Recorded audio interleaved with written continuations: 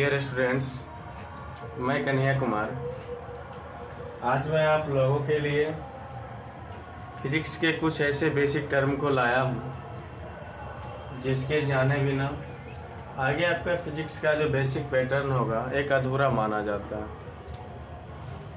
मैं आप लोगों के लिए आज फिजिक्स का वही बेसिक फॉर्म के रूप में कुछ इम्पोर्टेंट फार्मूला लाया हूँ जो कहीं ना कहीं भौतिक राशि के अंतर्गत आएगा। और इसी यदि भौतिक राशि को फॉर्मूला याद करने से इसी भौतिक राशि का मात्रक ज्ञात होता है और इसी भौतिक राशि का बीमा ज्ञात किया जाता है। तो आज आपके सामने कुछ फॉर्मूला प्रस्तुत है। जैसे देखिए, सबसे पहला है क्षेत्रफल। क्षेत्रफल बराबर है लंबाई गुना चौड़ाई। दूसरा आयतन। आयतन बराबर लंबाई गुना चौड़ाई गुना ऊंचाई। तीसरा न्यूनो घनत्व। घनत्व बराबर द्रव्यमान बटे आयतन। चौथा चाल।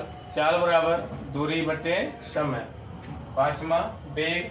वेग बराबर विस्थापन बटे समय। छठा है त्वरण। त्वरण बराबर वेग बटे समय। इसी को पढ़े होंगे, वेग में परिवर्तन की दर को त्वरण कहते हैं। अगला है बल। बल बराबर द्रव्यमान गुना समय। बल को आप एफ से यदि लिखिएगा तो फाइनली हो जाएगा एफ बराबर द्रव्यमान को एम से, त्वरण को ए से, एफ बराबर एम। कार्य बराबर होता है अगला कार्य। कार्य बराबर बल गुना विस्थापन। यदि आप इसको शॉर्ट में लिखिएगा तो कार्य को डब्ल्यू से लिखा जाता है, बल विस्थापन को एस। यदि वेक्टर के फॉर्म में लिखिएगा तो एफ डॉट एस होता है। आगे जाके पढ़िएगा। ऊर्जा। ऊर्जा बराबर कार्य। क्या कि आप जितना वर्क कीजिएगा तो उसी के एवज में आपके पास एनर्जी आएगा। अर्थात ऊर्जा कहीं ना कहीं किसके बराबर होता है? कार्य के बराबर होता है। अब आगे पढ़िएगा। ऊर्जा कई तरह के होते हैं लेकिन मेनली यहाँ दो तीन तरह ही पढ़ना है। जैसे पहला गतिज ऊर्जा, मतलब यदि कोई वस्तु गति में है तो उस तरह के उत्पन्न होने वाले ऊर्जा को गतिज ऊर्जा कहते हैं। जब कोई पिंड विराम में होगा तो उस तरह के उत्पन्न होने वाले ऊर्जा को स्थिर ऊर्जा कहते हैं। तो पहला जो है गतिज ऊर्जा, इसको आप काइनेटिक एनर्जी शॉर्ट फॉर्म के आप ही लिख सकते हैं, 1/2 इंटू द्रव्यमान गुना वेग का स्क्वायर। यदि इसको शॉर्ट में लिखिएगा तो काइनेटिक एनर्जी बराबर होता है हाफ द्रव्यमान को एम, वेग को भी हाफ एम वी स्क्वायर। ये आप लिख सकते हैं। इसके बाद है स्थितिज ऊर्जा। द्रव्यमान गुना गुरुत्वीय त्वरण गुना ऊंचाई। द्रव्यमान को एम से, गुरुत्वीय त्वरण को जी से, ऊंचाई को एस से। मतलब इसको शॉर्ट में यदि लिखना चाहिएगा एम जी एच लिख सकते हैं। इसके बाद है अगला दाब। दाब बराबर बल बटे क्षेत्रफल। अगला है प्रणोद। प्रणोद बराबर बल बटे क्षेत्रफल। आखिर दोनों दिखने में एक है लेकिन है दोनों अलग अलग। दाब क्या होता है, प्रणोद क्या होता है, उसको समझिए। प्रेशर जो होता है, जैसे मान लीजिए कोई ऑब्जेक्ट है, प्रेशर आप किसी भी दिशा से किधर भी लगा सकते हैं। यदि किधर भी किसी ऑब्जेक्ट पे बल लगाया जाता है तो उसको दाब कहते हैं। लेकिन प्रणोद क्या होगा, किसी भी सतह पे पूरा एकदम लंबवत जब बल लगता है ना, ये लंबवत एकदम सीधा जब बल लगेगा तो उस बल को कहते हैं प्रणोद। उस लगने वाले दाब को प्रणोद कहते हैं।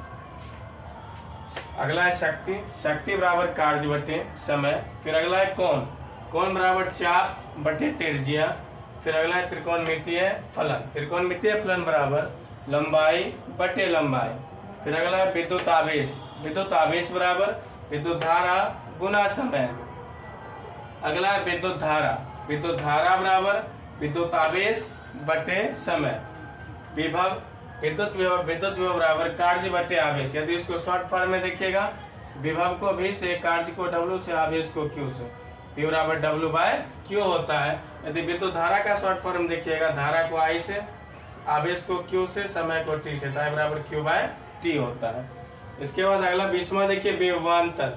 कार्य बटे, आखिर परांग में विभव और विभवांतर दोनों एक ही होता है। बस अंतर थोड़ा सा ये होता है, एक बिंदु के लिए विभव होता है, जब दो बिंदुओं के बीच का विभव ज्ञात होता है तो उसी को विभवांतर कहते हैं। आखिर विभव भी होगा तो कार्य बटे आवेश। फिर प्रतिरोध। प्रतिरोध बराबर विभव बटे धारा। कहीं ना कहीं प्रतिरोध को आर से डिनोट किया जाता है, विभव को बी से, धारा को आई से, मतलब आर बराबर बी बटे आई। फिर प्रतिरोधकता। प्रतिरोध गुना दूरी। आगे चालकता। चालकता बराबर 1 बटे प्रतिरोध। फिर अगला है विशिष्ट चालकता, अर्थात 1 बटे प्रतिरोधकता।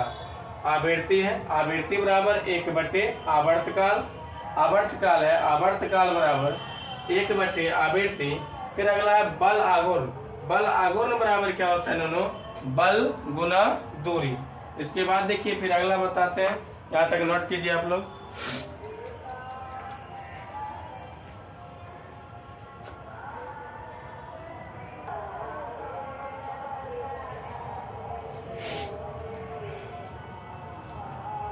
फिर अगला है नन्नू 28वां जड़त्वाघूर्ण।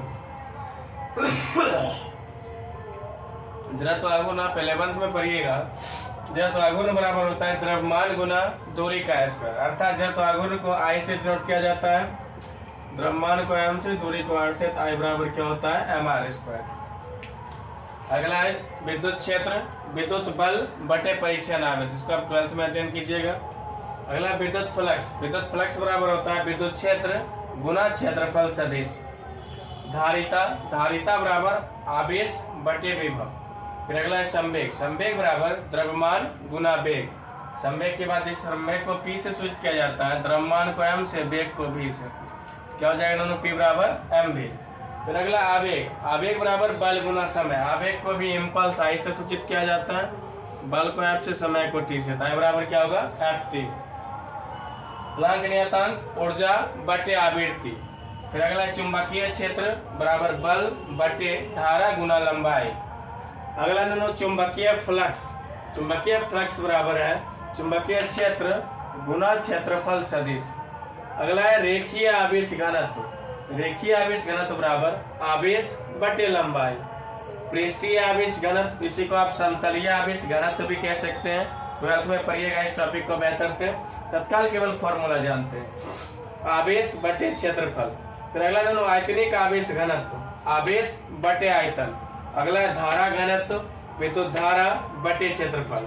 इसी तरह कई और सारे फॉर्मूले हैं, मैंने आपको केवल यहाँ 40 लिखाया है, जो आपको कहीं ना कहीं एग्जाम, किसी भी कंपटीशन एग्जाम में इससे मात्रक हो या डायमेंशन हो, इतना से आपका पूरा बेस पूरा आपका मजबूत होगा, क्लियर हो जाएगा।